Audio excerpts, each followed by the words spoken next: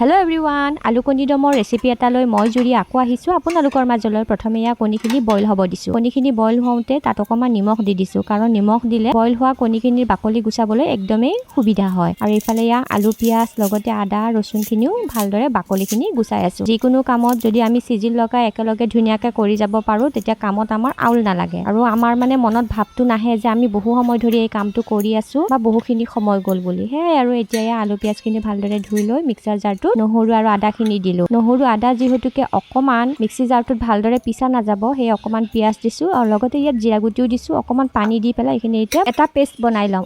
ইয়াতে মই জলকীয়াও দিছোঁ দেই, মাত্ৰ এটা অৱশ্যে আপোনালোকৰ হিচাপত জলকীয়াটো দি দিব। আমাৰ ঘৰত ইমান জ্বলা নাখায় যে, সেইবাবে মই এটাই দিছোঁ। এতিয়া ইয়াৰ গোটেইখিনি কাম হৈ গ'ল। পিঁয়াজখিনিও কাটি আছোঁ বাৰু। ভিডিঅ'টো কেনেকুৱা পালে জনাব দেই। আৰু ইমান ধুনীয়াকৈ যে আপোনালোকে মোৰ ভিডিঅ'সমূহ চাই আছে, তাৰ বাবেও আপোনালোকক অশেষ ধন্যবাদ। এতিয়া কণীখিনিও ভালদৰে বইল হ'ল আৰু এয়া দেখিছেনে বাকলিখিনি গুচাওঁতে মোৰ অলপো দিগদাৰে নহ'ল, ধুনীয়াকৈ বাকলিখিনি গুচাব পাৰিছে। এয়া এতিয়া নিমখ দিয়াৰ ফাইদা। আৰু এটা কথা, কণী বইল কৰোঁতে সদায় গৰমে গৰমে যদি আমি কণীৰ বাকলিখিনি গুচাব চাওঁ নহয়, তেতিয়া সোনকালে বাকলিখিনি এৰ খাই যায়। এতিয়া অকণমানকৈ এনেকুৱাকৈ আঁকি লৈছোঁ চুৰিখনেৰে। এতিয়া মছলাখিনি ভালদৰে সোমাই যাব আঞ্জাখন বনাওঁতে। এয়া হৈ গ'ল গোটেইখিনি কাম ৰেডি। এতিয়া কেৰাহীটো বহাই দিলোঁ গেছত। কেৰাহী গৰম হোৱাৰ লগে লগে মিঠাতেলখিনি দিছোঁ আৰু মিঠাতেলখিনি গৰম হোৱাৰ লগে লগে ইয়াতে তেজপাত, দালচেনি, শুকান জলকীয়া আৰু পাঁচফোৰণ কেইটামান দি পেলাই আলুখিনি দি দিলোঁ। আলুখিনি এতিয়া অকণমান সময় ভাজি থাকিম আৰু সোৱাদ অনুসৰি নিমখ আৰু হালধিও দিলোঁ।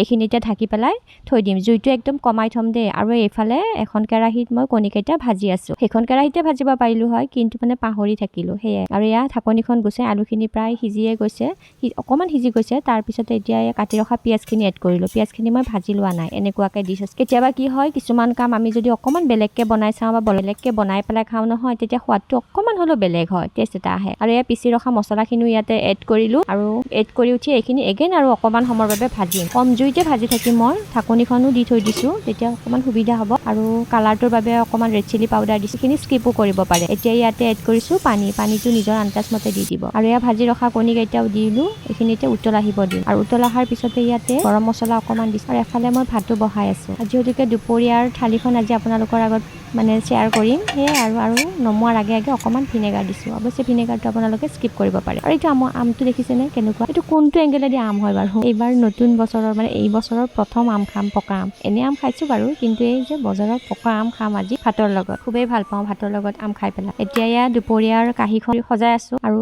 আমি যেনেকৈ সাজি কাচি গ'লে ক'ৰবাত নিজকে কিবা এটা ভাল লাগে, ঠিক তেনেকৈ ভাত সাজো যদি আমি অকণমান ধুনীয়াকৈ সজাই পৰাই খাওঁ, তেতিয়া আমাৰ কাঁহীখনৰ সৌন্দৰ্যই বেলেগ হৈ যায়। সেয়াই আৰু ধুনীয়াকৈ। আৰু এইটো কিন্তু খাবৰ বাবে নহয় দেই, এইটো আৰু কাণ্টাল জ্বলা একেবাৰে মই সজাবৰ বাবেহে দিছোঁ। এনেকুৱা পালে ভিডিঅ'টো জনাব দেই। আৰু আজি দুপৰীয়াৰ সাজ নেচেৰা আলু ভাজি লগতে পদিনা চাটনি, আম। ভিডিঅ'টো এইখিনিয়ে। লগ পাম আকৌ আন এটি নতুন ভিডিঅ'ত। আজিলৈ আহিছোঁ, বাই।